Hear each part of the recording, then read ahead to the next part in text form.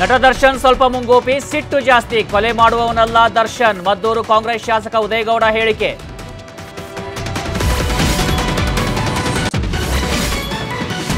ಸ್ಟೇಷನ್ನಲ್ಲಿ ಚಿಂತಾಕ್ರಾಂತನಾಗಿ ಕುಳಿತ ದರ್ಶನ್, ಮಲಗೋಕೆ ಒಂದು ಮಂಚ, ಕೂರಲು ಚೇರ್ ವ್ಯವಸ್ಥೆ. 70 ಲಕ್ಷ ಹಣದ ಬಗ್ಗೆ ಪೊಲೀಸರಿಂದ ಪ್ರಶ್ನೆಗಳ ಸುರಿಮಳೆ. ಜೈಲಿನಲ್ಲಿ ಪವಿತ್ರ ಗೌಡ ಟೆನ್ಷನ್. ಚಪಾತಿ ಅನ್ನ ಸಾಂಬಾರ್ ಊಟ ಮಾಡಿದಂಥ ಪವಿತ್ರ. ಸಹಬಂದಿಗಳ ಜೊತೆ ಸೇರದೆ ಒಂಟಿಯಾಗಿರುವ ಪವಿತ್ರ ಗೌಡ.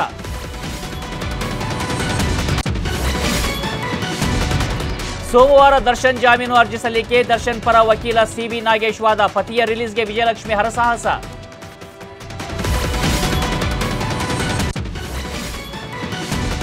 ಬ್ಯಾಟರಾಯಪುರದಲ್ಲಿ 13 ಎಕರೆ ಗೋಮಾಳಗಳು. ಕೈ ಸರ್ಕಾರದ ವಿರುದ್ಧ ಬಿಜೆಪಿ ಕಿಡಿ. ಹಿಂದಿನ ಸರ್ಕಾರದ್ದೇ ಭ್ರಷ್ಟಾಚಾರ ಅಂತ ಕೃಷ್ಣ ಬೈರೇಗೌಡ ತಿರುಗೇಟು.